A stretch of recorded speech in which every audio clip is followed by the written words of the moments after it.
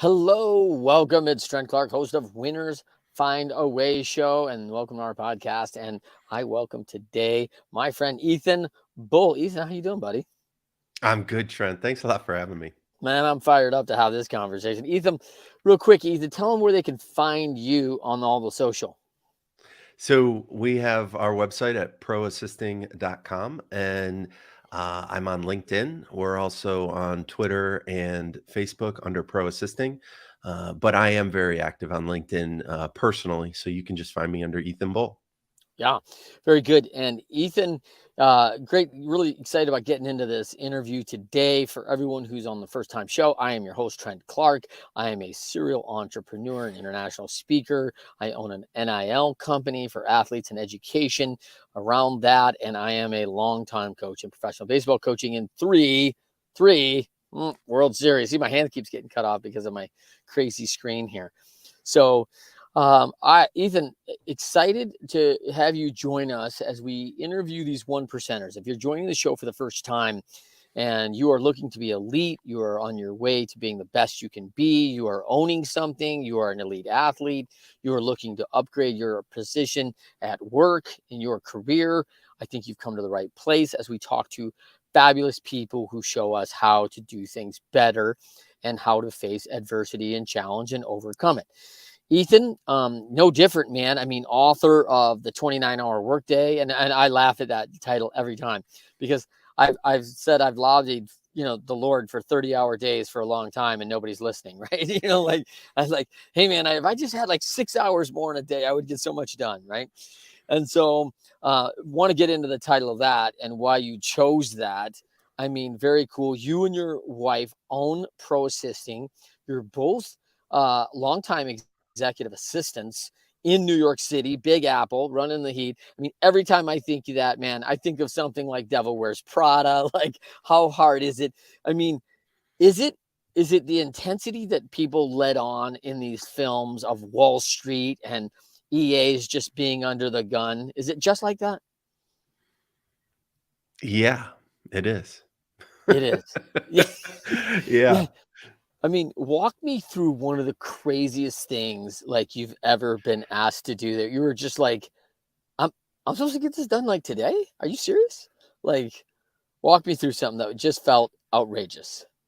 All right, so this is going way back. I started as a production assistant on studio pictures in New York City back in 1996, and the movie that we were working on, um, the film that they shot over a day was in the backseat of the car at night, being ready to be delivered to DuArt, which is a company that takes the film and makes it so you can watch dailies and processes it and everything.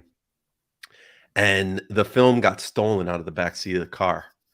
And the person who stole it called the production office and said, "Hey, I have something you may want. Bring $5,000 to this address." And the production accountant picked me to hand the $5,000 to, that I had to sign my name on a dotted line and then go to the location to try and retrieve the film. And they never showed. So we never got that film back. And on that particular picture, it was equated to be, that day of shooting was probably in the $500,000 to $700,000 for the day. Oh my. So that's just a weird one-off kind of thing. Yeah. You're the But ransom guy. yeah, I'm the guy they give the money Yeah. to and say, "Okay, we hope you're okay, but Yeah. go out and try and get this stuff back for us." If we lose you, we don't lose a part in the movie, so we're Yeah, probably okay. We can yeah, reshoot that. Yeah. exactly. Oh my gosh. And so you have to reshoot the entire day with another additional cost of another 5 or 700,000 plus the delay plus. I mean, it just keeps Plus, plus, adding up. plus. Yeah. Yeah, and, insurance covered it, but, Yeah.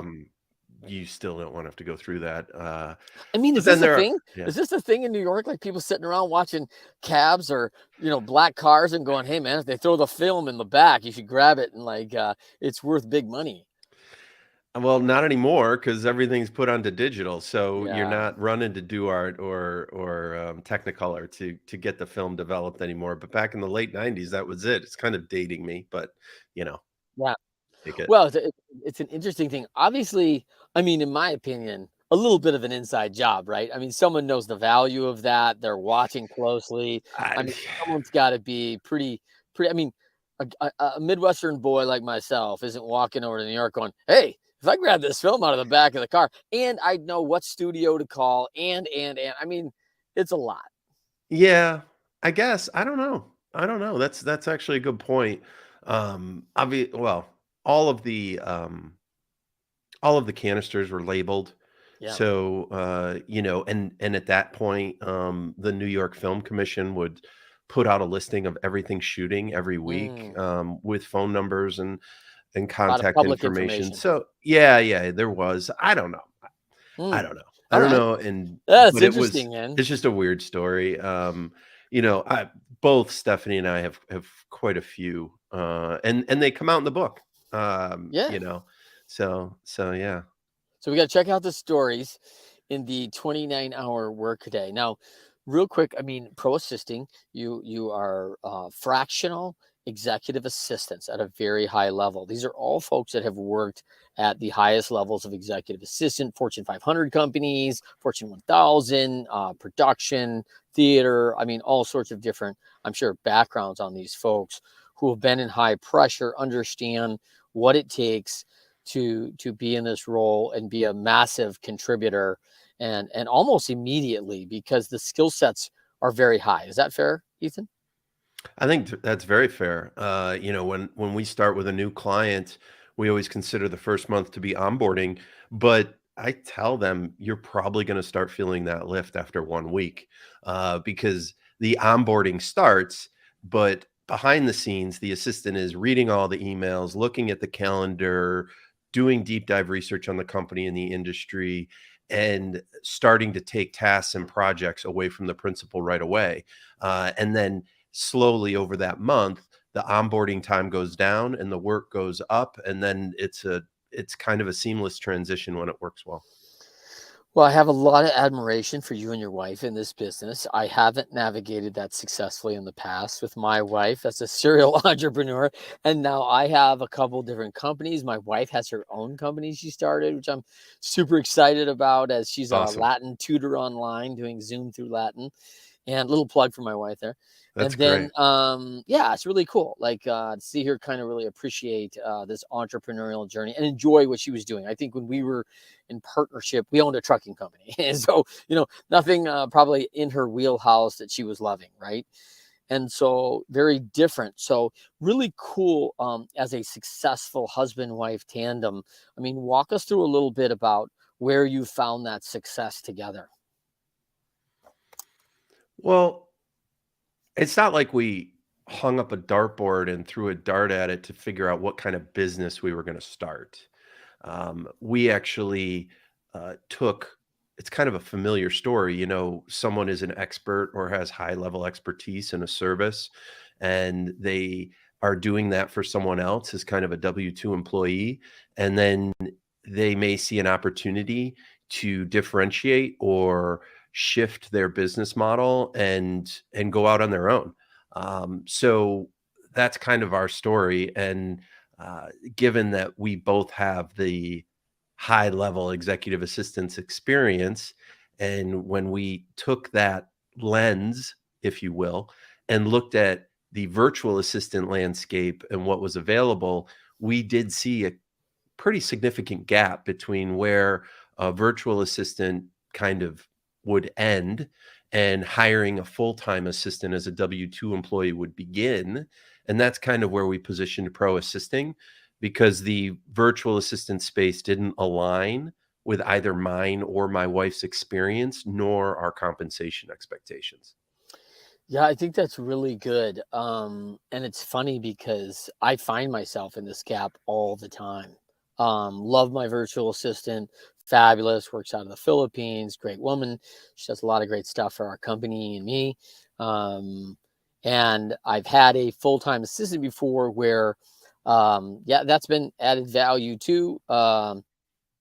very good. I felt like almost too much, in a lot of Mhm. ways. I had much more to do than just me for that person. And so I think there's such a strong skill set. It's one of those things where sometimes I feel like people with this level of skill sets, I equate it to my laptop, Ethan. Like, I'm on the internet, and emailing, and doing a couple spreadsheets and PowerPoints, right? And this thing can do 1,000x of what I'm using it for, but Right. this is all I need it for. So if I were to go out and buy the $4,500 mega deca, everything you could ever have on a laptop, I'm using 1% of this thing, like, Right. so I can get pinched in that going, hey man, do I have too much assistant? Because I don't know if I have enough for this person.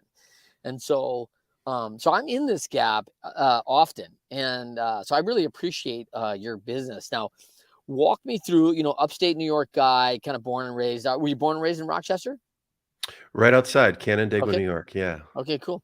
Yeah, Bentley University grad. Then you make a little appearance down under at the Royal Melbourne Institute. So talk to me about down under and what posed that, like, man, I should get to Australia and go to school.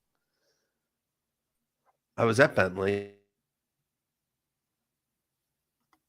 My friends, a little older, went, down, studied abroad. Before they were gone, it was, "Hey, Doug's going down under," and we threw and I started the program Bentley offered and said, "Hey, this sounds fantastic." And my parents were very supportive of doing a semester abroad, my stepfather in particular. He said, "It'll change your life," and he was right, and, got down there for 6 months. Bentley provided a teacher that taught us 3 classes, and then I took 2 classes at RMIT around international marketing, and, it really did. It really changed my life and really at that point, wanted to take music, something that, I'm very passionate about, and kind of meld it with business. So I came back and I started working for Warner Brother Records, under their Elektra banner, during my senior year. And that's where I heard about a production assistant job in New York City. And, right after I graduated, I had an opportunity to move to New York City and take that production assistant job. And that's kind of what set me on my path. Yeah. So yeah. Love it, man. That's so cool. And then I also think, like, it's very interesting then, man, people think New York. I think they think of New York City, right? You and I Yeah. both know Rochester's a little bit different speed than New York Oh, City, right? So, I mean, upstate New York, I love the old Harry Chapin line about Watertown, right? I spent a week there one afternoon, and it's slower, man. I mean, it yeah. is it is it is a cool little area, and I love upstate New York, man. I mean, Lake Placid, come on, man, that's beautiful up there. And so now you go down into Manhattan. I mean, this is, the asphalt jungle. This is just pace, pace, pace. Intensity is high. I love New York, but I got to tell you, man, I'm there for 3 days and I'm on like stimulus overload, man. I'm like, wow, it's just a lot. And Yeah. I love the energy. And at the end of 3 or 4 days, I'm like, okay, I got to go. So tell me now, was that a tough adjustment for you, or you're a young guy just ready to go and like, let's get at it? You know what? It was a tough adjustment. It really took me 9 months. I thought about this, yeah, after living there for a couple years. It really took 9 months before, what happens i before I got over that hump, and then I liked it more and more and more and more and more.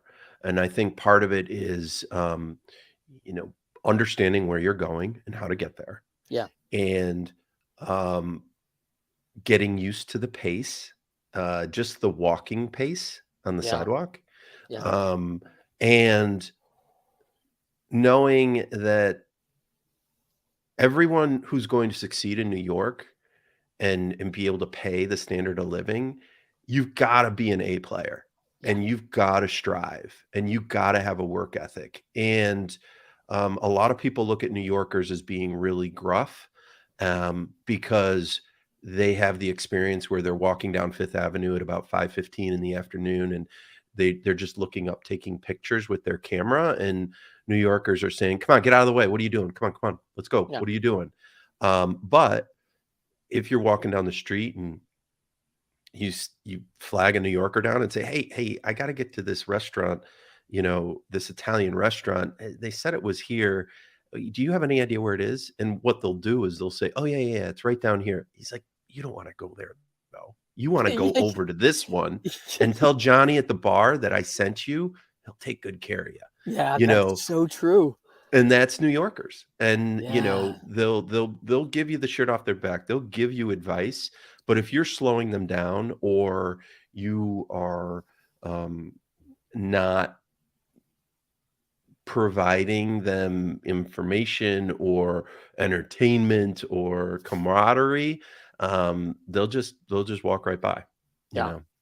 Well, I mean, the way you describe that, I mean, listen, alpha dogs unite, right? Like, I mean, it is like it's bring your A game or don't come, and I really Right, appreciate that. Obviously, from being in the professional athletic space for so long, where it's all that way, and now in the entrepreneur organization, very similar, right? Like right. in EO, where you have all these owners who are just always more strive, get better, improve, continuous improvement, be aware of my weak spots. Hold up the mirror. Let me see the lens. I think it's one of the things that, you know, um, I think the outside view of the New Yorker is pretty gruff, right? It's pretty tough, but I got to tell you, man, authenticity is high, right? Yeah, And it's like, hey, man, this is what you're gonna get. Like, no BS. Here it is. I'm laying it out. I'm not trying to be something I'm not. Uh, I know it's a tough world, but at the same time, not running off the imposter syndrome. And man, that description you just gave me, I've heard at least 15 times. It's so funny because you're exactly right. Being with friends there, anything, and I'm like, oh man, hey, listen, I was reading the Michelin guide, and they're like, nah, right. What you need to do is, what you need to do is, yeah, you need to head down to Ralphie's. All right, this is yeah, what this place is gonna get you, and yep, then you need to see Ted there when you come in and walk in. Just tell Ted, I gotta go over there and send you, and Teddy's gonna take care of you, And it's like, man, and I've had some of the best meals in my life, especially in pro ball, where people always had people, and you're trying to dive a little bit below the radar when you're there because right. there's some of that little, fame thing, and so when you're out with and I never was like, listen, like no one knew who I was. I was, that was fine as a coach, but when you're with players, it's a different thing, and and you got to get used to the pace, and it's intriguing. So let's come back to your wife. I mean, New York City, you got 20 years there. Have you been married to your wife now? How long for you and your wife? Put you on the We spot there, met Ethan. we met right before my 30th birthday, Okay. and, we've been married, it's gonna be 16 years coming up in That's awesome. September. Yeah, Met met in met my at the local bar. Met in my you local bar. I figured you met at the, EAA, like, Executive Assistants Anonymous, like, like, yeah, hi, I'm Ethan, and Yeah. I work for a tyrant, like, Well, that's true, but what's really, and getting a little vulnerable is there's not many straight white male executive assistants out there across the country, and it's fair. for a little while, it's 98% women, and for I'd say the first third of my career, I was a little ashamed, honestly. Yeah, I had to, overcome that and yeah. deal with it head on. But no, I mean, going back to my wife, we met at my local bar. Oh, It was did you? called. I lived above Bull's Head Tavern, and so Interesting. which is weird. Just Yeah, and right. first night I moved into that apartment, I showed the bouncer my ID, and he told the bartenders, and I became good friends with all the bartenders and the Sure. owners, and I'm still friends with them today. And Yeah. They thought met you my were the wife owner with that there. name, right? Didn't they go like, "Oh, Yeah, he's yeah, probably yeah, one of the no. owners, man. Be cool to Yeah, Ethan." yeah, no, but no, so it's really Yeah. good. That's awesome. Now, listen, by the way, Ryan Reynolds made, the executive assistant role cooler than hell, right? With the proposal, all of a sudden you can be absolutely a badass and, you know, be in this? I mean, do you feel like, hey, that gave it some solace? And I mean, I love the movie, by the way, and I'm a big Ryan Reynolds fan. He's funny. So, I mean, what do you think? Because I appreciate what you're saying, because you're saying like 90, and this is for anyone, by the way, Right. who works in an industry. When you talk about women coming into trucking or, Oh, the yeah. shipping industry where I was at was, I mean, listen, it's like 7% are women, and 98% of them are in the office, right? Right. Working back office work. And so we're seeing it in tech, where you just get this discrepancy of folks, right? And it's one of the big things I have, by the way, with equitable compensation, right? Because I'm like, hey man, I don't know if you know or not, but the female models make way more than the male models. Like, Yeah. like there's a discrepancy there, like that, like just, Right. and I don't see like people banging on the door going, you know what, GQ ought to be paying me some freaking money, because you know what Giselle's making. Like, yeah, Yeah. you damn right, I know what she's making, Right. because she's creating value, and so what's it, so walk us through that a little bit, man, as dealing with that in your early years of like, man, I have these special skill sets, not to be like, taken, and I have a special set of skills, and you can deliver this content and be a valuable resource and a huge contributor to a major company very quickly because of the skill set. Yet it's not standard for the way people who look like you or whatever are in that role. And man, like it's interesting that people can't honor that. Yeah. I, in terms of me specifically, Yeah.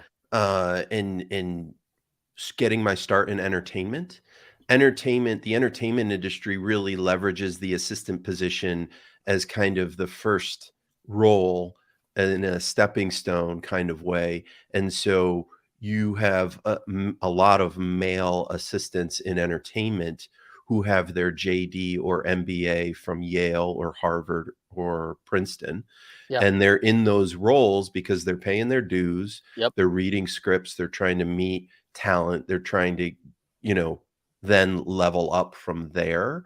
And what happened to me was I was in that kind of role, and then I decided to go more the advertising route because I wanted to scratch the creative itch by writing scripts and acting and directing. And and then you turn around 5 years later and you say, "Oh, I'm an executive assistant now." Mm. And what does that mean and what does that look like? And so you take that in combination with my wife, who was working for a financial institution, and one of their clients, a hedge fund CEO, poaches her to become his personal executive assistant. And 2 years later, she's making north of $300,000 a year, and I'm still making, 90 at an ad agency, but we're kind of doing the same thing.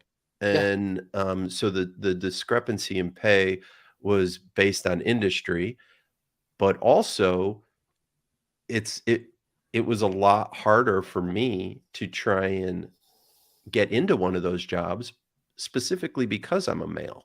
Mm. Which, shoes on the other foot, and I knew that, and, um, it's just interesting to think about and Yeah. where we are, and then there was a little bit of shame there, Mm. and, in entertainment, it's kind of there's sharp elbows, Yeah. you're not afraid to tell people what you need, and if they're not moving, you're not afraid to tell them to get going, and, I had to adjust my thinking there, and really understand that what I'm providing is a service, and where the magic happens is if you can take that service and rise to the level of hospitality and provide what you do in support and have someone really feel it as opposed to just having something done for them.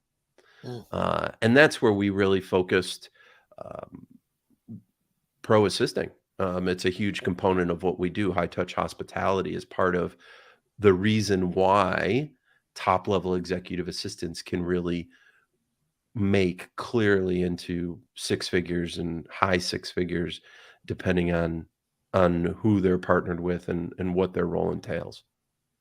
So I want to dive in this a little bit because it's great. And the show Winners Find a Way is based on Right. the quote, winners when shown data that they're losing, find a way to win. And so I want to take a little minute of a dive down into that shame circle, right? You get, 5-7 years into this, and man, I mean, by the way, just $90,000 is a lot of money. In New York City, that's just above the poverty line. I mean, Right. right? Right. Like, I Yeah. mean, in Rochester, hey, life's pretty good, right? At 90 grand a Right. year, Yeah. very different in Manhattan. So, it's just the cost of living, bro. This is cost of everything. So, um, so walk me through how you meet that head on, how you address that and move past that, because you started your own business now. I mean, all these things. Tell me how you get through that moment where it's like, hey, my wife makes more than me. She's got a job doing the exact same things I'm doing, but I'm just maybe industry, vertical, whatever. Right. Right. And I was a high level assistant in the entertainment business, which is, hey, I can move and make things happen, and I've got a voice and everybody's ready to listen. And in this space, I am a hospitable servant that is making things happen on the back and stay quiet and get her done and make sure it's really good for everyone who's ready. And preparedness is of the utmost, right? Well, it's interesting. The timeline there is a little different, which I'll get into because I think it's important. But Yeah. I was working in entertainment and then um, interviewed to assist a partner at an ad agency who went through 13 assistants in 1 year. Ooh, And he was super smart, super fast paced, and wasn't afraid to swear and yell. And they meaning the human resource department found it interesting that me as a male coming from the entertainment industry where that kind of behavior is the norm yeah. might be a good fit for Fred because of my thick skin, frankly. And I ended up taking that job. And the agency that I worked for was run by a very masculine, loud, brash male. And I was working for Fred, who was a partner at that agency. And that first year was hard. It Yeah. was he was putting me through my paces. And I got a lot of sympathy from a lot of different people around the agency because they knew how hard Fred was to work for. Yep. But then after that year happened, um, he just gave in and trusted me implicitly and handed the reins over and became one of the best bosses I've ever had. And so that relationship was huge. Now, fast forward a little bit, he leaves the agency. I end up taking over and working for the chief operating officer, who's a woman. And by this time, that brash male CEO has handed over the reins of his agency to all women leadership, Okay. which I think is awesome. Yeah. And this woman who was this chief operating officer, um, after a year and a half of being directly with her, she sat me down for a review and she said, Ethan, you and I have the same problem. We suffer fools lightly. And your attitude and how you work with people can kind of scare off some of the newer employees in the younger generation because you're loud, you're not afraid to tell them to get their ass in gear. And, we number one, I'm going to give you a raise. Number two, I don't want you going anywhere. But number three, I want you to think about that. Mm, And I went home that night, and I'm a Sagittarius. I don't know if it's all Sagittarius, but I'm very sensitive, and I think on those kind of conversations deeply. And I had that conversation with my wife, and we were talking about it, and I consciously tried to change and flip a switch by leaning into some experiences that I had when I was really young, working at my dad's restaurant, and the idea of hospitality, and thinking like, look, I'm here to serve, I'm here to help. I'm here to think outside of the box, take things off of people's plate, keep things from getting onto people's plate. So why don't I lean into that? I had some difficult conversations with some people that I had run-ins with, just to clear the air. And all of them to a T were just like, "Oh, no problem. Totally get it. Great." And really worked hard to have make that mental change. And that really set me on a different path. And I'm grateful it did. Because now running this business and leveraging my college training at a specialty business school to finally to be able to leverage that and do what we do and actually be experts in what we do is rewarding. And so I never thought I'd get here, but here we are. That's awesome. I mean, do you feel like Fred was a good model for you? I mean, I think you had a lot to do with Fred settling in and saying, "Hey, I can trust this guy now." I mean, maybe his, harshness was some level of, indoctrination, or, if you can get past here and with me, then you've kind of earned my respect. I don't know. But I mean, you saw him change as a leader because all of a sudden that freed things for him. He didn't have to be the hard ass that probably started out that was relatively ineffective going through 13 assistants, right? I mean, were you Yeah, inspired by that a little bit or not really? I don't think Fred changed. Oh, No, okay. no, Fred didn't change. It And just wasn't directed to you. it was a tough, yeah, no, it wasn't. It was like, someone would screw up and he always had a saying, "Oh, go give them a Deutsch welcome," which is basically smack them upside the head and tell them to get their butt in gear. And what I did was be that buffer and be able to say that in a very politically correct and very more gentle way. But if time was of the essence and he was breathing down my neck, that raised my stress level. And that came out by not being afraid of telling someone to get their butt in gear and, Yep. being very pointed Mhm. in what saying what we needed and what needed to happen. Um, and then when I started to make that transition into thinking more about hospitality, um, having some self-awareness to feel that coming up in the moment, acknowledging it, but then also being able to pivot and not and stop yourself and then um, communicate in a much more effective way. Mm. So I don't think Fred changed, and I don't think anybody wanted him to change. And it was more of a tough love kind of Yeah. thing, as opposed to just totally being a real jerk. Um, and it was just him holding people to high standards and him being extremely intelligent, and nobody could BS him, you Yep. know. And if someone was trying to BS him, that probably piss him off the most. Yeah. Well, and I see like you giving some tough love too there, by the way, even in the beginning before you adapted your communication strategy. I mean, part of that is as a buffer, like, hey, I'm giving you the Ethan, tough love here, which is going to be a lot softer than the Fred tough love. Like, when Right, that tough love comes in, not only are you going to get it from Fred, but now you're also running the risk of a guy who will fire you. Like he is a guy, like if you don't right. produce, it's not going to go well for a guy who's got expectations like that. And you're not sitting in the hiring, firing seat, I take it. So you're like, this is going to be really good for you. You may not like the message, but I am looking out for you because it's coming if we don't get it right. Yeah. What's interesting is that after I transitioned to supporting the chief operating officer, she did put me in charge as director of admin services of a team of 12 assistants, and we were supporting 60 executives. So um, hiring, firing, training, dealing with interpersonal relations, Yep. understanding the org chart, knowing which partners were more difficult to work with than others, and time commitments, all of that. So my role did expand in addition to continuing to support her. So I do have experience with that as well. Well, and great navigational training for what you're doing now. I mean, like, come on. Yeah.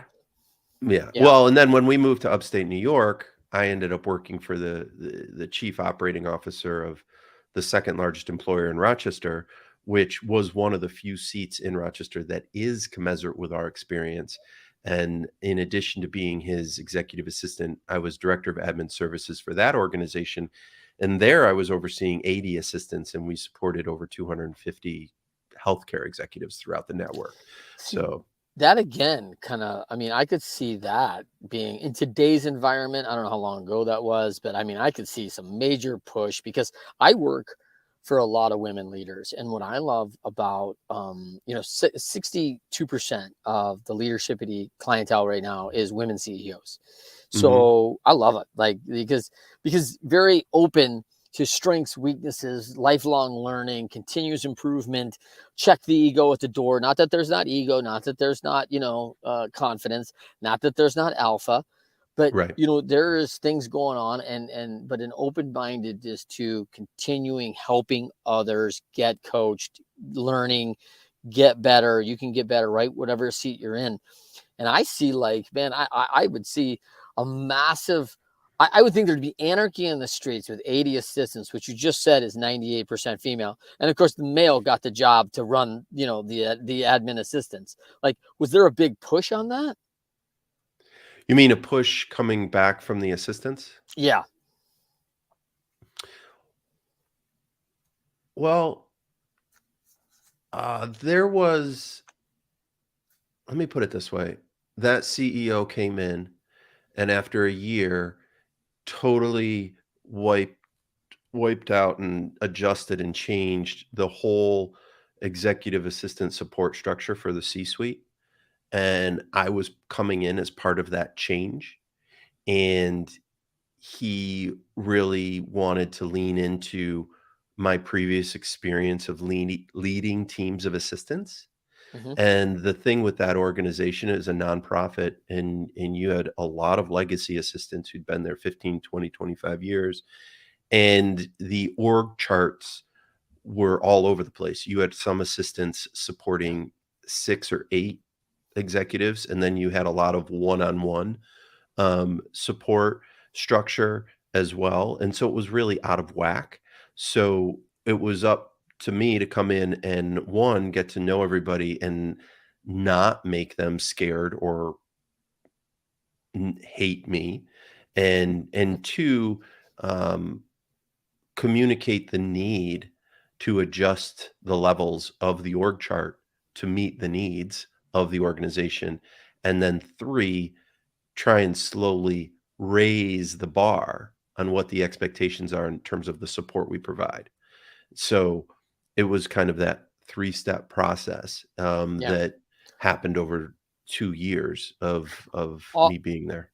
yeah. And all with the intent that we have a sustainable structure going forward, an org chart that could be repeatable and have some uniformity across the workloads and things like that, which is, I can see that being a major struggle too, going, wait a minute, I'm supporting 8 and Greg over here's got 1 or Janie's got 2. Like, what? Right. How's this working? Like, Yeah. so I want to get 4x then, what they're making, right?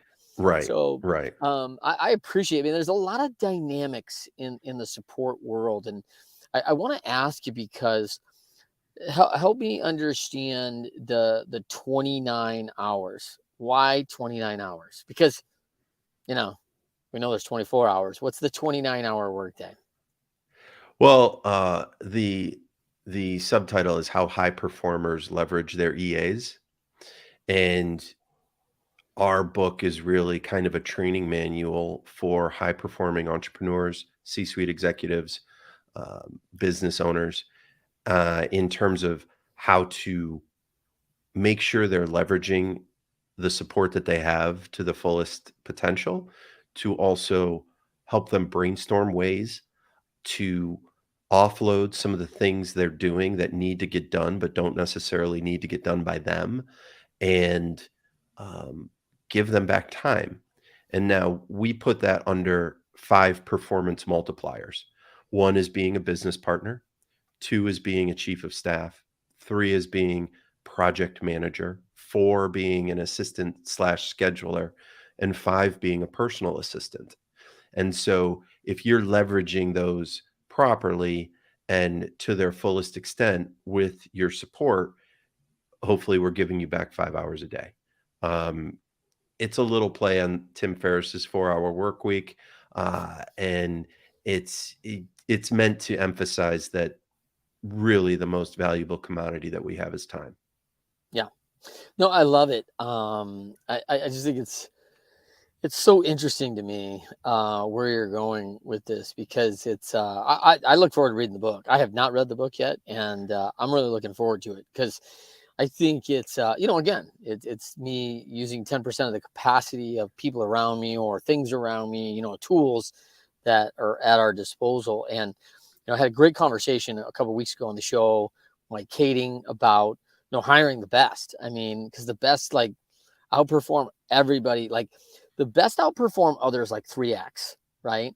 And this is where it's really hard to imagine, because if you see like the players at that top level, right, at the major league level, and then you're just on the street with another AAA player, like you don't think any different. Like there's not that much of a difference, like, but Right. it's a lot of differences going on, man, behind about the workload, the coachability, the level ability to adapt. I mean, there's just a lot of things that are just very small. They're fractional, but all of a sudden, as we know in business, like little adjustments have massive contribution, right? Like, Right. and so when you see that at that level where things make such a big difference, it's very interesting to watch how when you get that right person in the seat, man, things just on teams and they get going. So You're I think preaching that, to the choir. Yeah. yeah, I think the other side of this is that one of the things that you did that you talk about, when you look at knowing all the 60 executives and how they learn, how they manage, how do they want things to go, what's their ideal day, what is their key initiatives that they have to get done, that they're responsible and own. Like knowing those things, if you're their assistant or on their team or anywhere inside that structure, I mean, that's critical to me for success on a team, because people don't recognize, like, hey, when they told you to go to the interview and my job is to make you as my boss look the best you can be, there's a lot of truth to that, right? Because Yeah. if you're making their jobs really easy, like you're an invaluable commodity to them. Yeah, I can't agree more. I do want to say that the book is also available in an audio format. It just came out a few weeks ago in audiobook, so you can listen to it instead of read it if you want to do that I on the appreciate treadmill. that. I appreciate that, Um, Ethan. yeah, Did you do the reading? I did not. I did not. What? We had yeah. Again, Screenwriter. yeah. No, I know. No, yeah, I did not. I'll Okay. just leave it at that. All right. But what you're talking about is the idea that it's small changes, and a lot of it doesn't go back to being able to fill out a calendar invite or be able to manage an inbox or be able to put a deck together. It's mindset. It's understanding your role. It's understanding the objectives, the company, the understanding the preferences and the desires of the principal. And, we don't charge by the hour with pro assisting. We charge a flat retainer rate. And we partner with assistants who could command 6 figures in major metropolitan areas. And we pass 80% of our retainers onto our assistants so they're compensated appropriately. Mhm. And one of the probably the most important value in a great principal executive assistant relationship is the legacy knowledge around business, personal preferences that builds up over time. And your executive assistant becomes just an extension of you because they're going to know that you've got your son's baseball game at 4 o'clock, and that is not movable, and you are going. Yeah. Nobody else in the company knows that. They just Or know needs the to. calendar's blocked or Right. needs to. Yeah. Exactly. Um, and that information builds over time, that relationship, knowing, liking, and trusting your assistant, and your assistant knowing, liking, and trusting you. When you can reach that level, they'll walk in front of a bus for you. But also, they're going to have the wherewithal to make sure your attention, your eyes, and ears are going to the most important aspects at the most important times. And everything else, they're prioritizing in the back, and they're either handling it or they're presenting that information to you when it's appropriate and when you have the mental bandwidth to deal with it. Um, so it's communicating that value to prospects that come to us and consider us. Some business people get it and some don't. And that's fine, because the internet has opened up a ton of options in terms of the kind of remote support you can get to help you in your business. Hmm. Well, it's a great model. Like I said, it's a great coverage of the gap. So I love it. Let's talk quickly about, um, you know, as a kid. I mean, you're growing up in New York. Do you see yourself like, you know what I'm going to do? One day, I'm going to be this executive assistant and I'm going to start a business of all these executives. I mean, is this what you're dreaming about when you're 14 years old? Like, walk me through where you saw yourself and how that pivoted. I always wanted to be an entrepreneur. Okay. My dad uh, has been an entrepreneur his whole life. Let me see. He has been a real estate agent, been a broker, been a home builder, owned a bar, owned a bowling alley, owned a restaurant, owned 3 trailer parks, had portions of a share in an Orange Julius and a Joanne's Nut House. So, um, and the restaurant was the big one for about 20 years, and always talking about business. And my stepfather was an attorney, a personal injury attorney, and owned his own firm. And that was a business, and getting Hmm. that Sure. view too. So I've always had that entrepreneurial desire. I even started a business when I was a junior in high school, um, which we can get into if you want. But so I always had that desire. And then when I went off to Australia and I was at this conservative business school, but yet I had that creative itch, being a musician, really wanting to scratch that, really wanting to marry the creative aspect with business. And then that's what led me to New York. And when I started working on movies, really being interested in the writing process and the acting process and the relationship between director and actor on set when you're shooting a scene, and just started devouring books, started taking classes, and that took me in that direction. And then the assistant position when I was in New York City allowed me the time outside of business hours to kind of chase those dreams. Hmm. And I got close with my graphic novel and working with a producer on that screenplay, and we just couldn't get it over the finish line. And so when we moved to upstate New York, out of the city, our second son was born. It was always an interest in terms of a business. The thing is that Pro Assisting actually started in 2009 as a training company. We started it and we created e-learning modules, my wife and I, basically, um, you know, quick and dirty, how to be the best assistant you can be when you come out of college. Let's say you have a history degree, but you're really interested in technology. Well, get a job in tech, working as an assistant, prove yourself from within, get promoted from within. So Pro Assisting started there.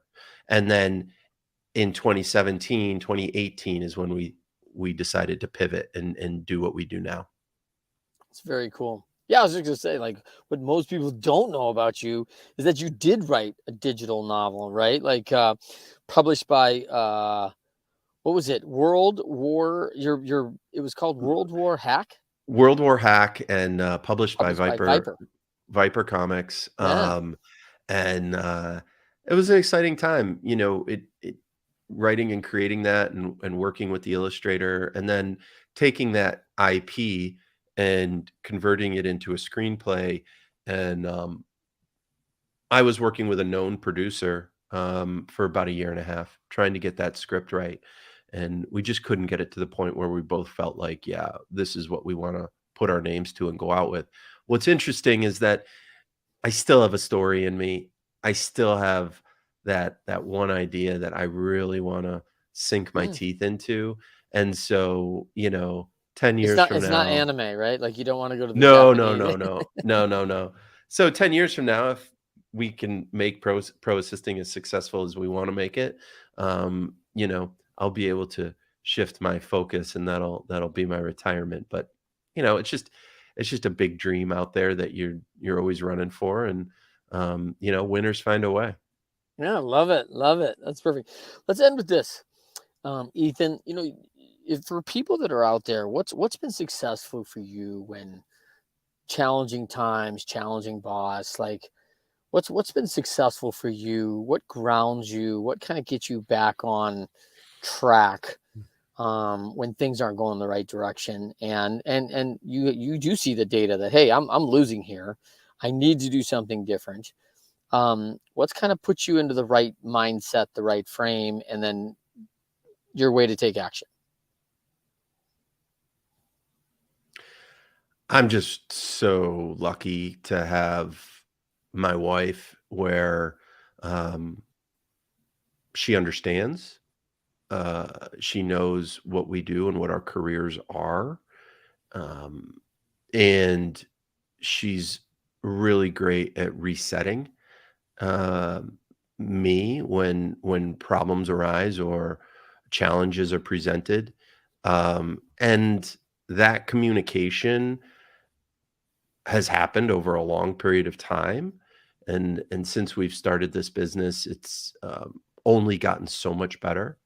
So I'm really, really fortunate to have that person that uh, who I can communicate with unconditionally, and she can do the same. And uh, trying to keep the ego at bay a little bit and open up and being a little vulnerable and going deep. Um, so I think that's kind of my secret weapon.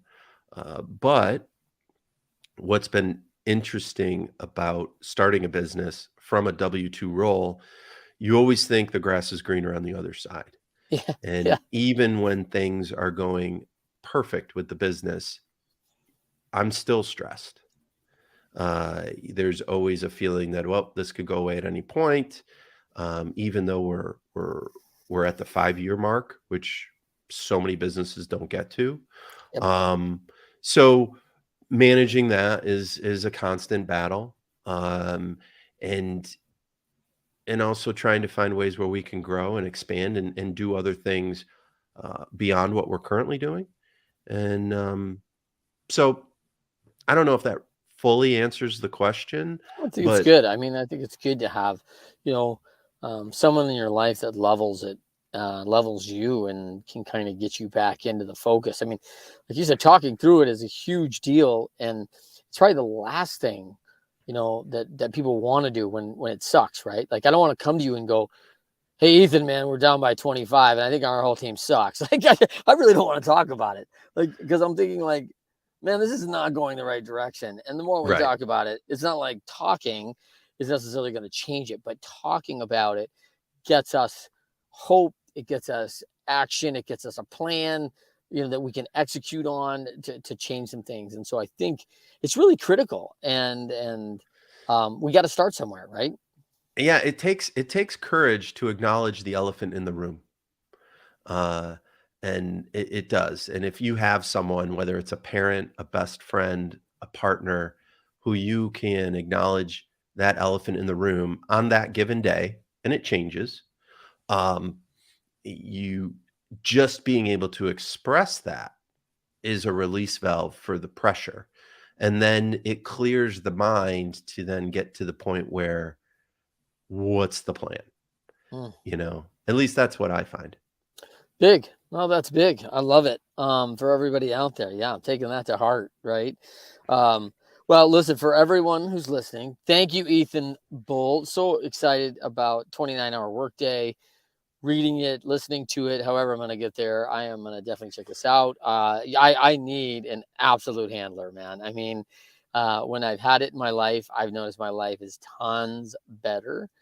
And the life of an entrepreneur is fast. I mean, it's fast. It's hard, and it's hard to be thorough and follow up. And people trying to do it on their own don't do well. And I've been there and feel like I'm there now. And so appreciate you coming on. Tell them again where they can find you, Ethan. You can find me at proassisting.com as well as on LinkedIn under Ethan Bull. And there's a lot of information on our website. I'm very active on LinkedIn, happy to talk with anyone, even if we're not the right fit. Definitely with our knowledge of the overall support space, we'll make sure you get the right support for you, because we're in this for long-term relationships. We're not in this to try and sell you. We want to be able to say, hey, our service is month to month. If we're not providing value, we want you to get the value somewhere else where it works for you. Because if we do right by you and we're not the right fit, you're still going to think of us when someone comes across your plate that would be the right fit and that needs what we do. And our whole goal is to make the support that you are talking about accessible. And you don't have to hire a full-time employee to get the great support. And it doesn't have to be a drag on your balance sheet or bringing on another W-2. You can get targeted daily support for a reasonable amount and really form that partnership and have that true partnership. Yeah, I think it's a huge relationship. And for folks who have been in there, my friends especially, myself as well, going back to my history, I mean, some of the closest relationships and friendships established in that working relationship. And we do spend a lot of time at work, right? Yeah. So it's a huge deal. And, I've heard a lot of, I just had talked to a good friend who talked about her work husband, right? Which is her Yeah. EA. Yeah. And I mean, that was critical person in her life to balance things, and what a difference it made. So for everybody out there, so thankful you could join us today on the Winners Find a Way show. Myself, for Ethan Bull, thank you. Every Friday, 12:30 p.m. Eastern, 9:30 a.m. Pacific. Check us out live on LinkedIn Live, YouTube, on the Leadershipity channel, and Facebook Live. And you can follow the podcast on all your major podcasting networks. So until then, we'll see you next time. Winners Find a Way.